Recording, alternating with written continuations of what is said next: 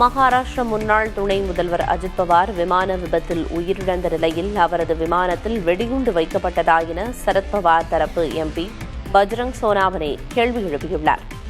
திட்டமிட்டே இந்த சதி நடந்திருக்கலாம் என சந்தேகம் தெரிவித்துள்ள அவர், இதுகுறித்து உயர்மட்ட விசாரணைக்கு உத்தரவிட வேண்டும் என மத்திய மற்றும் மாநில அரசுகளிடம் கோரிக்கை விடுத்துள்ளார். இது மகாராஷ்டிர அரசியலில் தற்போது பெரும் பரபரப்பை ஏற்படுத்தியுள்ளது.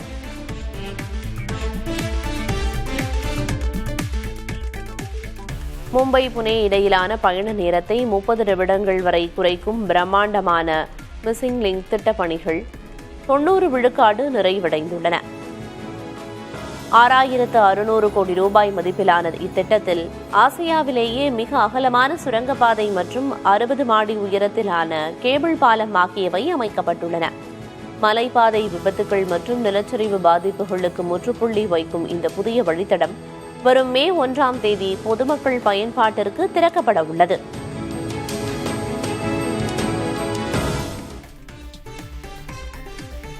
பத்ம விபூஷன் விருதை ஏற்பதா வேண்டாமா என்பது குறித்து மார்க்சிஸ்ட் கம்யூனிஸ்ட் கட்சி எடுக்கும் முடிவுக்கு கட்டுப்படுவதாக VS அச்சுதானந்தனின் மகன் தெரிவித்துள்ளார்.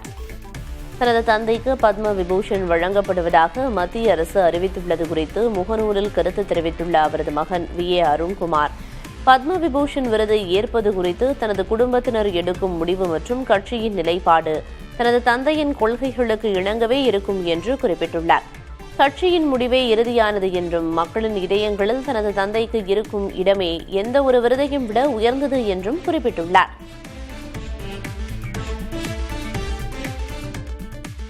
நியூசிலாந்து உருவாவதற்கு காரணமான வைடாங்கி ஒப்பந்த தினத்தின் 186வது ஆண்டு நிறைவு விழா நியூசிலாந்து முழுவதும் கடைபிடிக்கப்பட்டது. தற்போதைய அரசு மவோரி பழங்குடியினருக்கான சிறப்பு சலுகைகளை ரத்து செய்ததை கண்டித்து விழாவுக்கு வந்த அரசு தலைவர்களுக்கு எதிராக பழங்குடியின மக்கள் முழக்கங்களை எழுப்பினர். நவம்பர் மாதம் பொதுத் தேர்தல் வரவுள்ள நிலையில் நில உரிமை மற்றும் வாழ்வாதாரம் பாதிக்கப்படுவதாக கூறி மவோரி மக்கள் நடத்தி வரும் இந்த போராட்டம் அந்நாட்டில் பெரும் அரசியல் அதிர்வலைகளை ஏற்படுத்தியுள்ளது. கொலம்பியா தலைநகர் பொகோட்டாவில் 28வது ஆண்டாக கார்கள் இல்லா தினம் கடைபிடிக்கப்பட்டது. காற்று மாசுபாட்டை குறைக்கவும் சுற்றுச்சூழல் விழிப்புணர்வை ஏற்படுத்தவும் வியாழக்கிழமை காலை 5 மணி முதல் இரவு 9 மணி வரை தனியார் வாகனங்களுக்கு தடை விதிக்கப்பட்டது. இதனால் நகரில் பொது போக்குவரத்து மற்றும் மிதிவண்டிகளின் பயன்பாடு அதிகரித்தது. இந்த முயற்சியின் மூலம் காற்றில் உள்ள அபாயகரமான நுண்துகள்களின் அளவு 69 விழுக்காடு வரை குறையும் என சுற்றுச்சூழல் துறை கணித்துள்ளது. மாசு இல்லாத காற்றை சுவாசிப்பதாக அந்நகர மக்கள் மகிழ்ச்சி தெரிவித்துள்ளனர். பொது ஆரோக்கியத்தை மேம்படுத்தும் நோக்கில் இந்த திட்டம் வெற்றிகரமாக முன்னெடுக்கப்பட்டது.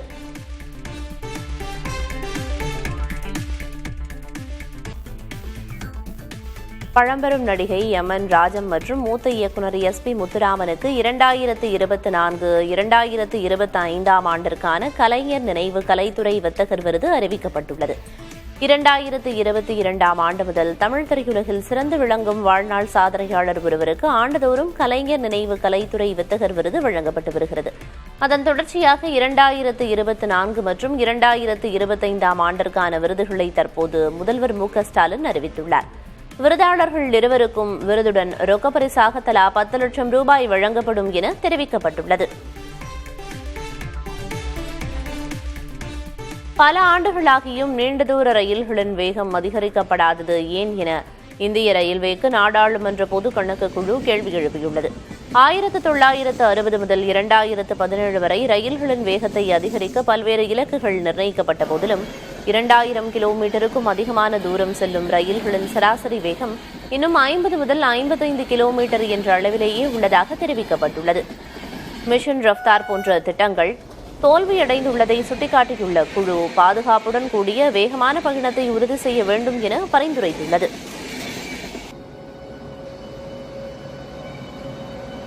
பாகிஸ்தானின் கைபர் பக்துன்குவா மாகாணத்தில் பாதுகாப்பு படையினர் நடத்திய 2 வெவ்வேறு தாக்குதல்களில் 24 பயங்கரவாதிகள் கொல்லப்பட்டதாக தெரிவிக்கப்பட்டுள்ளது. உளவுத்துறை தகவல்களின் அடிப்படையில் இந்த நடவடிக்கைகள் மேற்கொள்ளப்பட்டன. பாகிஸ்தானில் பயங்கரவாத தாக்குதல்கள் 34% அதிகரித்துள்ள நிலையில் பயங்கரவாதிகளை ஒழிக்க பாதுகாப்பு படையினர் அப்பகுதியில் தீவிர தேடுதல் பணியில் ஈடுபட்டு வருகின்றனர்.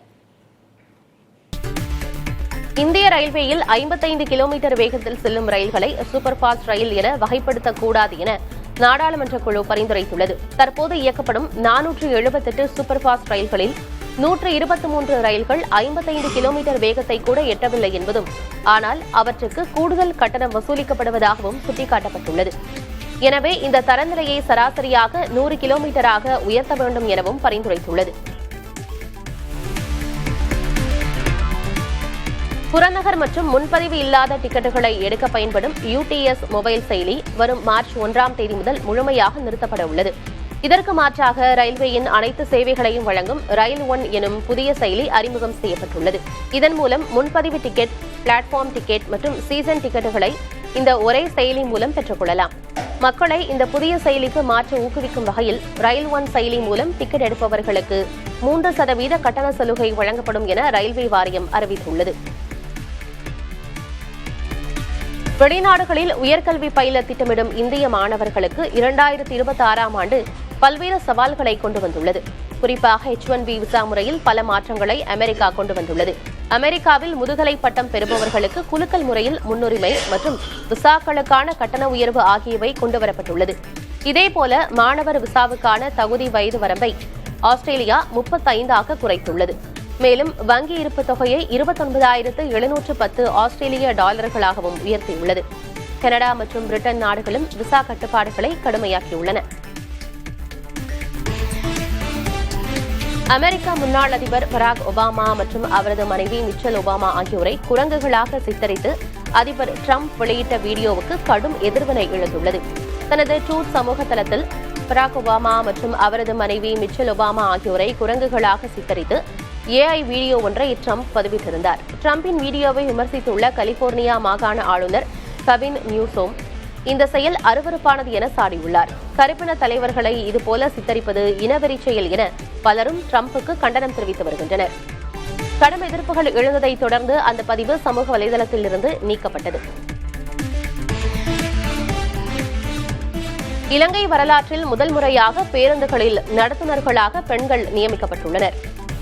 மாகம்புர பல்நோக்கு போக்குவரத்து நிலையத்தில் நடைபெற்ற நிகழ்ச்சியில் இலங்கை போக்குவரத்து துறைக்கு புதிதாக தேர்வு செய்யப்பட்ட 20 பெண் நடத்துனர்களுக்கு நியமன ஆணைகள் வழங்கப்பட்டன. பெண் நடத்துனர்களுக்கான சீருடையும் அப்போது அறிமுகம் செய்யப்பட்டது. இந்த நிகழ்வில் ஊடகத்துறை துணை அமைச்சர் கலாநிதி கௌசல்யா அரியரத்ன, இலங்கை போக்குவரத்து துறை தலைவர் சஜிவ கனகரரட்ன உள்ளிட்டோர் பங்கேற்றனர். இந்திய தொழிலாளர்களின் வெளிநாட்டு வேலைவாய்ப்பு குறித்த சமீபத்திய புள்ளி விவரங்கள் தற்போது வெளியாகியுள்ளன. இந்தியர்களின் முதன்மை தேர்வாக நீண்ட காலமாக முதலிடத்தில் இருந்து வந்த சவுதி அரேபியாவை பின்னுக்கு தள்ளி ஐக்கிய அரபு அமீரகம் முதலிடம் பிடித்துள்ளது. குறிப்பாக இந்தியாவின் அடித்தட்டு பணியாளர்கள் அதிக அளவில் அமீரகத்தை தேர்வு செய்து வருகின்றனர். அங்குள்ள எளிதான விசா நடைமுறைகள் மற்றும் மேம்பட்ட பணிச்சூழலே இதற்கு முக்கிய காரணமாக கூறப்படுகிறது. கடந்த ஆண்டை விட இந்த எண்ணிக்கை 15% அதிகரித்துள்ளதாக தரவுகள் தெரிவிக்கின்றன. எப்ஸ்டீன் கோப்புகளில் இடம்பெற்றுள்ள நார்வே முன்னாள் பிரதமர் மீது விசாரணை தொடங்கப்பட்டுள்ளதாக அந்நாட்டின் அதிகாரிகள் தெரிவித்துள்ளனர். இதுகுறித்து பேசிய நார்வே பொருளாதார குற்ற விசாரணை அமைப்பினர் 1996 மற்றும் 97ஆம் ஆண்டுக்கிடையே பிரதமராக இருந்த தோர்ப்ஜான் ஜாக்லாண்ட் நீண்ட காலம் ஜெஃப்ரி எப்ஸ்டீனுடன் தொடர்பில் இருந்ததாகவும் 2014ஆம் ஆண்டு எப்ஸ்டீனின் தீவுக்கு செல்ல திட்டமிட்டிருந்ததாகவும் கூறியுள்ளனர். நோபல் கமிட்டி தலைவராகவும் இருந்த அவர் தமது பதவியை பயன்படுத்தி எப்ஸ்டீனிடம் பரிசுப் பொருட்கள், பயண வசதி அல்லது கடன்கள் பெற்றாரா எனவும் விசாரணை நடைபெறவுள்ளதாக நார்வே அதிகாரிகள் குறிப்பிட்டுள்ளனர்.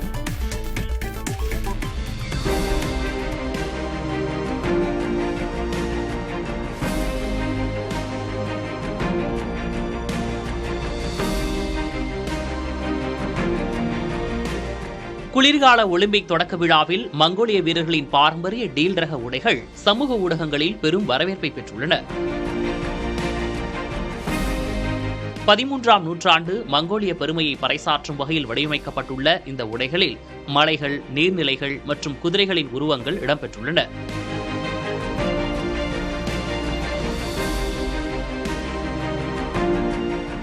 நாட்டின் கலாச்சாரம் மற்றும் கைத்தறித்திறனை உலகுக்கு பறைசாற்றும் நோக்கில் கோயல் காஷ்மீர் நிறுவனம் இந்த சிறப்பு உடைகளை தயாரித்துள்ளதாக அந்நாட்டு மக்கள் பெருமிதம் தெரிவித்துள்ளனர்.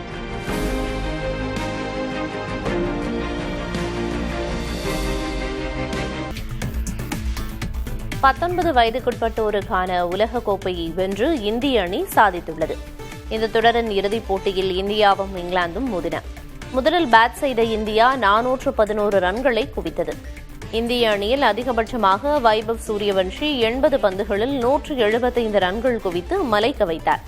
கேப்டன் ஆயுஷ் மாத்ரே அரை சதமடித்தார்.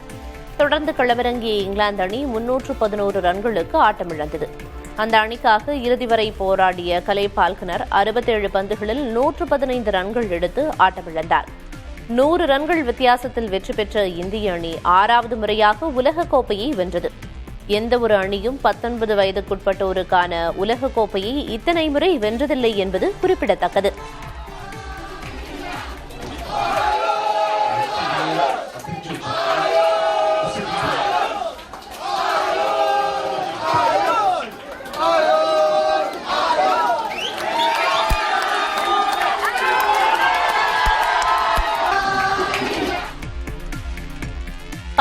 வயதுக்குட்பட்டோருக்கான இளையோர் உலகக்கோப்பை போட்டியில் இங்கிலாந்து அணியை 100 ரன்கள் வித்தியாசத்தில் வீழ்த்தி இந்திய அணி 6வது முறையாக வெற்றி பெற்றது.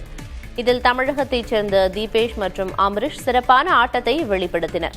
இதுகுறித்து தீபேஷ், அம்ரிஷ் ஆகியோரின் பெற்றோர் புதிய தலைமுறைக்கு அளித்துள்ள பிரத்யேக பேட்டியை தற்போது பார்க்கலாம். வேர்ல்டு கப் வந்து ரொம்ப நாள் கட்சி வின் பண்ணியிருக்கோம் நம்ம அண்டர்-19. அவனுக்கு என்ன அவன் குறிக்கோள்னா எந்த மேட்ச் ஆனாலும் ஜெயிக்கணும். இங்கே வீட்டாண்ட கிரிக்கெட் ஆடும்போது கூட ஏற்றாம கிரிக்கெட் ஆடும்போது அவன் ஜெயிக்கணும். டென்னிஸ் பால் ஆடும்போது ஒரு வயசுலேருந்து அந்த ஃபோட்டோலாம் கூட இருக்கு என்கிட்ட. அவனை பொறுத்த வரைக்கும் விளையாடினா ஜெயிக்கணும். என் பையன் சொல்லும் போது எப்படி இருக்கும், நல்லா ஹாப்பி தான். அது எப்படி வெளிப்படுத்துன்னு எனக்கு தெரியல. ரொம்ப ப்ரௌடாக இருக்குது. இது வந்து வேர்ல்டு கப் பண்ணுறோம் வின் பண்ணுறது வந்து சாதாரண விஷயம் இல்லை. ரொம்ப ப்ரௌடாக இருக்குது. அம்பரீஷ் மேலேயும் ப்ரௌடு, இந்தியா டீம் வின் பண்ணதும் பயங்கர ப்ரௌடாக இருக்குது. நல்லா பர்ஃபார்ம் பண்ணால் இன்றைக்கி எல்லாமே எல்லா இடத்துலையும் போகலாம். ஹார்ட் ஒர்க் பண்ணி நல்லா பர்ஃபார்ம் பண்ணும்போது டெஃபினட்டாக நம்மளால் அச்சீவ் பண்ண முடியுன்றது தீபேஷும் அம்பரீஷும் ஒரு நல்ல எக்ஸாம்பிள். ஸோ நல்லா டெடிகேஷனோட ஆடணும், அதுதான். 2026 T20 உலகக்கோப்பையிலிருந்து இந்திய வேகப்பந்து வீச்சாளர் ஹர்ஷித் ராணா காயம் காரணமாக விலகியுள்ளார். அவருக்கு பதிலாக முகமது சிராஜ் அணியில் சேர்க்கப்பட உள்ளார். தென்னாப்பிரிக்காவிற்கு எதிரான பயிற்சி ஆட்டத்தின் போது ஹர்ஷித் ராணாவின் முழங்காலில் காயம் ஏற்பட்டதால் அவர் விலகியுள்ளார். ராணா இல்லாதது பின்னடைவாக இருந்தாலும் மற்ற வீரர்கள் சிறப்பாக விளையாடுவார்கள் என்று கேப்டன் சூரியகுமார் யாதவ் நம்பிக்கை தெரிவித்துள்ளார்.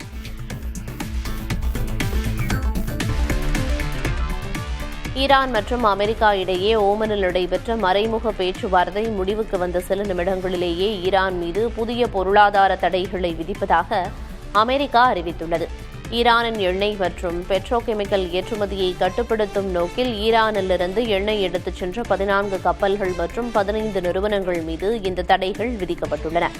இதில் இந்தியாவைச் சேர்ந்த ஒரு கப்பலுக்கும் தடை விதிக்கப்பட்டுள்ளது குறிப்பிடத்தக்கது.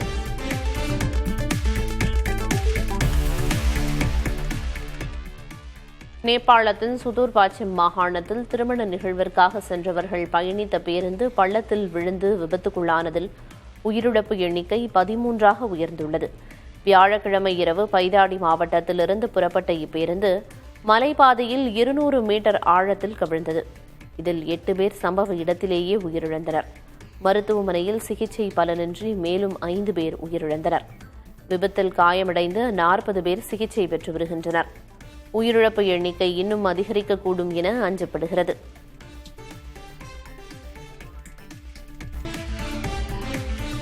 நீட் முதுகலை தேர்வுக்கான கட் ஆஃப் மதிப்பெண் குறைக்கப்பட்டதற்கு எதிரான வழக்கில் விரிவான பதில் மனுவை தாக்கல் செய்ய தேசிய தேர்வுகள் வாரியத்திற்கு உச்சநீதிமன்றம் உத்தரவிட்டுள்ளது.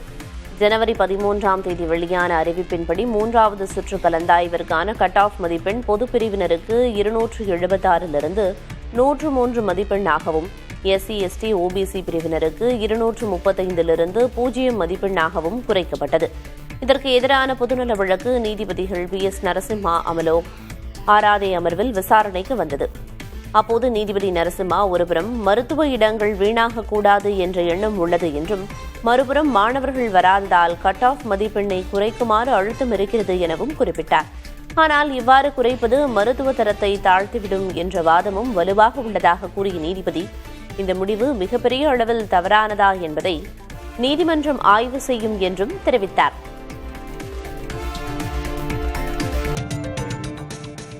தமிழ்நாட்டில் கடந்த 5 ஆண்டுகளில் மக்களில் ஒரு சிலரின் நாக்கில் தேன் தடவும் வேலையை தவிர மாநிலத்தின் முன்னேற்றத்திற்காக என்ன திட்டங்கள் செயல்படுத்தப்பட்டன என எதிர்க்கட்சித் தலைவர் பழனிசாமி கேள்வி எழுப்பியுள்ளார். மு.க. ஸ்டாலின் வெளிப்படையாக பேசி களத்திற்கு வந்தால் அவருக்கு கிடைக்கப் போவது 2.0 அல்ல, வெறும் 0 தான் என விமர்சித்துள்ளார்.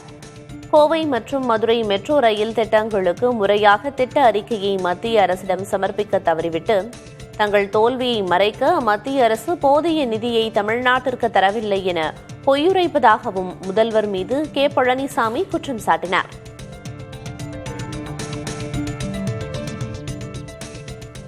முன்னாள் முதல்வர் ஓ. பன்னீர்செல்வம் கூட்டணி குறித்து தை மாதம் அறிவிப்பேன் என்று கூறியிருந்த நிலையில் அது தொடர்பாக செய்தியாளர்கள் கேள்வி எழுப்பியதற்கு தை மாதம் முடிவடைய இன்னும் 9 நாட்கள் உள்ளன என்று கூறினார். தேர்தலுக்கு இன்னும் 3 மாதங்கள் அவகாசம் இருப்பதாகவும் தெரிவித்துள்ளார். தை மாசம் பொறுக்கட்டும் சொல்றேன்னு சொல்லிருந்தீங்க. தை மாசமே முடிய போகுது. இல்ல 9 நாள் இருக்கு. ஓபிஎஸ் அவர்கள் புதிய கட்சி தொடங்குவாரா? புதிதாக இது பண்ணிருக்க தாமிரகால இணைவாரா? எந்த ஓபிஎஸ் நீங்க தான் சரி எப்ப சார் வெளியிட போறீங்க? உங்கள்ட்ட சொல்லிருக்காங்க. வாங்க சார், ஒரு தேர்தல் நெருங்கிட்டே இருக்கு சார். வாங்க இன்னும் இருக்குங்க. 3 மாசம் கிடக்கு. சட்டமன்ற தேர்தல் தொடர்பாக தனது ஆதரவாளர்களுடன் வி.கே. சசிகலா ஆலோசனையில் ஈடுபட்டார். சென்னை போயஸ் கார்டனில் உள்ள இல்லத்தில் இந்த ஆலோசனைக் கூட்டம் நடைபெற்றது. இதில் வரும் சட்டமன்ற தேர்தல் குறித்து விவாதிக்கப்பட்டது. ஆலோசனை முடிந்து செய்தியாளர்களை சந்தித்த அவரது ஆதரவாளரும் முன்னாள் எம்எல்ஏவுமான நரசிம்மன் சட்டமன்ற தேர்தலில் போட்டியிட வேண்டும் என்று சசிகலாவிடம் வலியுறுத்தியதாகவும் நல்ல முடிவை அவர் அறிவிப்பார் என்றும் கூறினார். இந்த தேர்தல் பொறுத்தவரையில் அம்மா இல்லாமல் இந்த தேர்தல் இல்லை, புரட்சி தாய் சின்னம்மா இல்லாமல் இந்த தேர்தல் இல்லை. நல்ல முடிவினை அறிவிப்பார்கள். சின்னம்மா போட்டிடுவாங்களா? கண்டிப்பாக போட்டியிடுவார்கள். நீங்க வலியுறுத்தினீங்களா? வலியுறுத்தியிருக்கிறோம். என்ன சொன்னாங்க அதுக்கு? இல்ல கண்டிப்பா நீங்க நிக்கணும், இந்த தேர்தல் நிக்கணும் அப்படின்னு சொல்லியிருக்கிறோம். உங்களுடைய ஆதரவாளர்களும் போட்டியிடணும் சொல்லியிருக்கிறோம். நான் ஆலோசிக்கிறேன்னு சொல்லியிருக்கிறாங்க. தேசிய ஜனநாயக கூட்டணியில் மேலும் கட்சிகள் மற்றும் அமைப்புகளை இணைக்கும் வகையில் தமிழக பாஜக சார்பில் குழு அமைக்கப்பட்டுள்ளது. கட்சியின் மாநில தலைவர் நயினார் நாகேந்திரன் அமைத்துள்ள இக்குழுவின் தலைவராக அக்கட்சியின் மாநில துணைத் தலைவர் வி.பி. துரைசாமி நியமிக்கப்பட்டுள்ளார். இக்குழு ஒவ்வொரு சட்டமன்ற தொகுதியிலும் வலுவாக இருக்கும் சிறிய கட்சிகள் மற்றும் அமைப்புகளுடன் பேச்சுவார்த்தை நடத்தி அவற்றை கூட்டணியில் இணைக்கவும் அவர்களது ஆதரவை பெறவும் உள்ளது. இறுதி வாக்காளர் பட்டியல் வெளியாவதற்கு முன் கூட்டணி அறிவிக்கப்படும் என தேமுதிக பொதுச் செயலர் பிரேமலதா விஜயகாந்த் தெரிவித்துள்ளார். தமிழ்நாட்டிற்கான இறுதி வாக்காளர் பட்டியல் வரும் 17ஆம் தேதி வெளியாக உள்ளது. முன்னதாக பிரேமலதா விஜயகாந்த் சென்னை தேமுதிக தலைமை அலுவலகத்தில் சட்டமன்ற தேர்தலுக்கான விருப்பமனு விநியோகத்தை தொடங்கி வைத்தார். தேசிய முற்போக்கு திராவிட கழகத்தின் எதிர்காலத்திற்கும் எங்க கழகத்தினுடைய எதிர்காலத்திற்கு எது நல்லதோ எங்கள் நிர்வாகிகள் தொண்டர்கள் விரும்பும் கூட்டணியை உறுதியாக அமைப்போம். தேர்தல் தேதி எப்ப அறிவிக்கிறாங்க? இல்லைங்க, தேர்தல் இந்த ஃபைனல் ஓட்டர்ஸ் லிஸ்ட் அதுக்கு முன்னாடி நாங்க கூட்டணி அறிவிச்சிருவோம். மாநிலங்களவையில் ஆற்றிய உரை விவாதத்திற்குள்ளாவது குறித்த கேள்விக்கு நல்ல கருத்து விவாதத்துக்கு உள்ளாக வேண்டுமென மக்கள் நீதி மய்யம் கட்சித் தலைவர் கமல்ஹாசன் பதிலளித்துள்ளார். சென்னை விமான நிலையத்தில் செய்தியாளர்களை சந்தித்த அவர் கூட்டணியை விட கொள்கையே முக்கியம் எனவும் கூறியுள்ளார். நல்ல கருத்து விவாதத்திற்கு உள்ளாக வேண்டும். தமிழனாக நான் நல்ல கருத்து பேசிவிட்டதாக எனக்கு தோன்றுகிறது. அதை மறுப்பவர்கள் அதை விவாதிக்க வேண்டும். விவாதித்து உண்மை என்ன என்பதை புரிந்து கொள்ள வேண்டும். இது டெமோக்ரஸி, இப்படித்தான் இருக்கும். விவாதங்கள் தொடர வேண்டும். என்னோட கூட்டணி மொத்த இந்தியா தான் என்னுடைய நலன், உங்களுடைய நலனும் கூட. கூட்டணி எல்லாம் 5 வருஷத்துக்கு ஒரு வாட்டி பண்றது இல்லையா? ஐடியாலஜி தான் முக்கியம். அதை நோக்கி தான் நான் பேசுறேன். அதெல்லாம் உங்ககிட்ட சொல்ல முடியுமா? மாம்பழம் சின்னம் தங்களுக்குத்தான் சொந்தம் என்று பாமக நிறுவனர் ராமதாஸ் கூறியுள்ளார். செங்கல்பட்டு அடுத்த பழவேலி பகுதியில் திருமண விழாவில் கலந்து கொண்ட அவர், மாம்பழம் சின்னம் தொடர்பான வழக்கு நீதிமன்றத்தில் உள்ளது என்றும் விரைவில் தங்களுக்கு சாதகமான தீர்ப்பு வரும் என்றும் கூறினார். மேலும் கூட்டணி பேச்சுவார்த்தை நடந்து கொண்டிருப்பதாகவும் விரைவில் நல்ல செய்தி வரும் என்றும் தெரிவித்துள்ளார். மாம்பழம் சின்னம் எங்களுக்கு சொந்தமானது. அது இப்போ கோர்ட்டில் இருக்கு. தீர்ப்பு வரும், எங்களுக்கு சொந்தமாகும். கூட்டணி பேச்சுவார்த்தை கூட்டணி நடந்து கொண்டிருக்கிறது. விரைவில் உங்களுக்கு நல்ல செய்தி வரும். தமிழ்நாட்டில் சார்பதிவாளர் அலுவலகங்களில் ஊழல் தலைவிரித்து ஆடுவதாக பாமக தலைவர் அன்புமணி ராமதாஸ் குற்றம் சாட்டியுள்ளார். திருப்பெரும்புதூர் சார்பதிவாளர் அலுவலகத்தில் கையூட்டு கொடுத்து ஏமாந்ததாக கூறப்படும் நபர் அந்த அலுவலகத்தில் போதையில் தகராறு செய்ததை சுட்டிக்காட்டியுள்ள அன்புமணி, பதிவாளர் அலுவலகங்கள் ஊழலின் உறைவிடமாக திகழ்கின்றன என்பதற்கு வேறு சான்று தேவையில்லை என தெரிவித்துள்ளார். ஊழலில் கொடிகட்டி பறக்கும் துறை எது என்று போட்டி வைத்தால் பதிவுத்துறைதான் வெற்றி பெறும் எனவும், அமைச்சர்கள் நிலையிலிருந்து அதிகாரிகள் நிலை வரை ஊழலுக்கு இலக்கு நிர்ணயிக்கப்பட்டிருப்பதே அதற்கு காரணம் என குற்றம் சாட்டப்பட்டிருப்பதாகவும் அவர் குறிப்பிட்டுள்ளார். திமுக அரசின் ஊழல் உச்சகட்டத்தை அடைந்திருப்பதாகவும் அன்புமணி சாடியுள்ளார். பிரதமர் திறந்து வைக்கும் அளவுக்கு எய்ம்ஸ் மருத்துவமனை தயாராகவில்லை என அதிமுக எம்எல்ஏ ராஜன் செல்லப்பா தெரிவித்துள்ளார். மதுரை எய்ம்ஸ் மருத்துவமனையின் கட்டுமான பணிகளை எம்எல்ஏ ராஜன் செல்லப்பா ஆய்வு செய்தார். பின்னர் பேட்டியளித்த அவர், பிரதமரும் அதிமுக பொதுச் செயலர் எடப்பாடி பழனிசாமியும் வரும் 28ஆம் தேதி எய்ம்ஸ் மருத்துவமனை கட்டுமான பணிகளை தொடங்கி வைத்த இடத்தில் உரையாற்ற உள்ளதாக கூறினார். பட் அவர் பில்டிங் திறந்து வைப்பதற்கு வருவார் என்ற செய்தி அவர் ஒன்றும் உண்மையானது அல்ல. அது அந்த அளவுக்கு இன்னும் அவங்க தயாராகல. முதற்கட்டத்தில் மார்ச் எண்டில் ஹாஸ்டல்ஸ் அண்ட் இது மட்டும் கொடுக்குறாங்க, ஹேண்ட் ஓவர் பண்றாங்க. எய்ம்ஸ் மருத்துவமனை வந்தால் இந்த தொழில் வளமும் சரி, கல்வி வளமும் சரி, மருத்துவத்துறையும் சரி, நிச்சயமாக இது வந்துவிட்டது.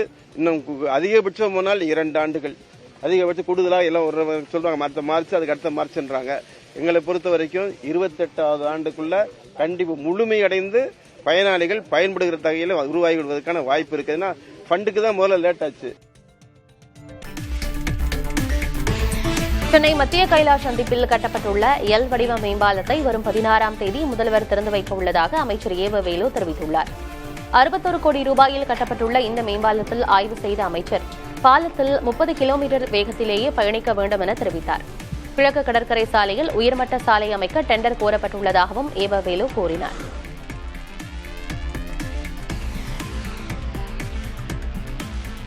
இந்த பாலத்தில் போகிற வண்டியினுடைய வேக அளவு எடுத்துக்கொண்டோம்னு சொன்னால் 30 கிலோமீட்டர் வேகத்தில் இந்த பாலத்தில் போகும்போது போகலாம். ஏன்னா அப்படி தான் நாங்கள் டிசைன் பண்ணியிருக்கிறோம்.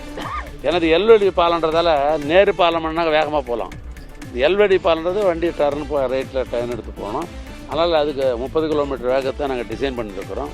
14 கிலோமீட்டர் அந்த மேல்மட்ட சாலையை அமைக்க வேண்டும் என்று திட்டங்கள்லாம் தீட்டப்பட்டு அந்த மேல்மட்ட சாலை பணிக்கு இப்போ ஒப்பந்தங்கள்லாம் கோரப்பட்டிருக்கிறது. அந்த ஒப்பந்தம் நிறைவடைகிற பொழுது முதலமைச்சர் அவருடைய திருக்கரத்தால் அதையும் நாங்கள் செய்வோம். சென்னை கன்னிமாரா நூலகத்தில் நிறுவப்பட்டுள்ள மாமேதை கார்ல் மார்க்ஸ் சிலையை முதல்வர் மு.க. ஸ்டாலின் திறந்து வைத்தார். இந்த விழாவில் செல்வ பெருந்தகை, வைகோ, திருமாவளவன் உள்ளிட்ட திமுக கூட்டணி கட்சி தலைவர்களும் பங்கேற்றனர். 85 லட்சம் ரூபாய் மதிப்பில் நிறுவப்பட்டுள்ள இந்த சிலை கடந்த ஆண்டு சட்டமன்ற விதி எண் 110 கீழ் அறிவிக்கப்பட்டது. அதன்படி வங்கம், கேரளம், திரிபுரா, ஆந்திரம் வரிசையில் தற்போது தமிழ்நாட்டிலும் கார்ல் மார்க்ஸ் சிலை திறக்கப்பட்டுள்ளது. இதனை முன்னிட்டு எழும்பூர் அருங்காட்சியகத்தில் கார்ல் மார்க்ஸ் குறித்து சிறப்பு புகைப்பட கண்காட்சியும் அமைக்கப்பட்டுள்ளது. இந்நிலையில் கார்ல் மார்க்ஸ் சிலை திறப்பு குறித்து தனது எக்ஸ் தள பக்கத்தில் பதிவிட்டுள்ள முதல்வர் ஸ்டாலின், உலக தொழிலாளர்களை ஒன்று திரட்டிய பொது உடைமை தத்துவத்தின் பிதாமகன் சிலை கன்னிமாரா பொது நூலக வளாகத்தில் நிலை கொண்டது பெருமிதம் என்று தெரிவித்துள்ளார்.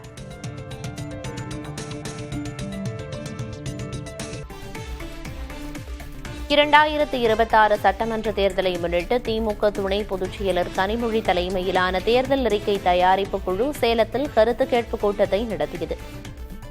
சேலம் தொங்கும் பூங்காவில் நடைபெற்ற கூட்டத்தில் லாரி உரிமையாளர்கள், விவசாயிகள், நெசவாளர்கள் உள்ளிட்ட பல்வேறு தரப்பினர் தங்கள் கோரிக்கைகளை முன்வைத்தனர். முதல்வர் மு.க.ஸ்டாலின் அறிவுறுத்தலின்படி அனைத்து தரப்பு மக்களின் எண்ணங்களை பிரதிபலிக்கும் வகையில் தேர்தல் அறிக்கை அமையும் என கனிமொழி உறுதியளித்தார். நிகழ்ச்சியில் அமைச்சர் ராஜேந்திரன் மற்றும் திமுக மாவட்ட செயலாளர்கள் பங்கேற்றனர்.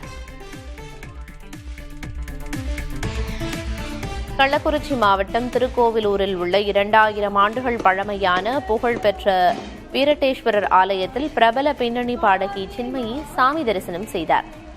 அஷ்ட வீரட்டானங்களில் 2ஆம் தலமாக போற்றப்படும் இந்த ஆலயத்தில் அங்கிருந்த அம்மனை ஊஞ்சலில் தாலாட்டி அவர் மனமுருகி பாடல் பாடி வழிபாடு நடத்தியது அங்கிருந்த பக்தர்களை நிகழ்ச்சியில் ஆழ்த்தியது. கோயிலுக்கு வந்திருந்த ரசிகர்கள் மற்றும் பொதுமக்கள் பலரும் பாடகி சின்மயியோடு ஆர்வத்துடன் செல்ஃபி எடுத்து மகிழ்ந்தனர்.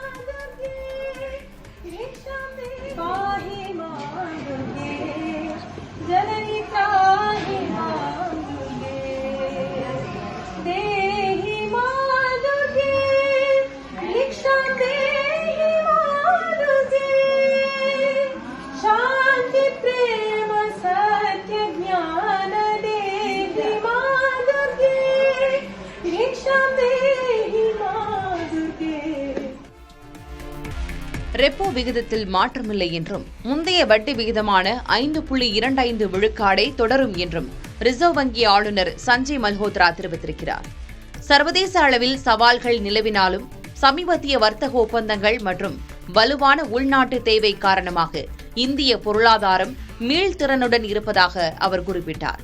இச்சூழலில் பட்ஜெட்டுக்கு பிறகு நடைபெற்ற ரிசர்வ் வங்கியின் முதல் நிதிக் கொள்கை குழு கூட்டத்தில் நாட்டின் வளர்ச்சி குறித்த கணிப்புகளை ரிசர்வ் வங்கி உயர்த்தியுள்ளது.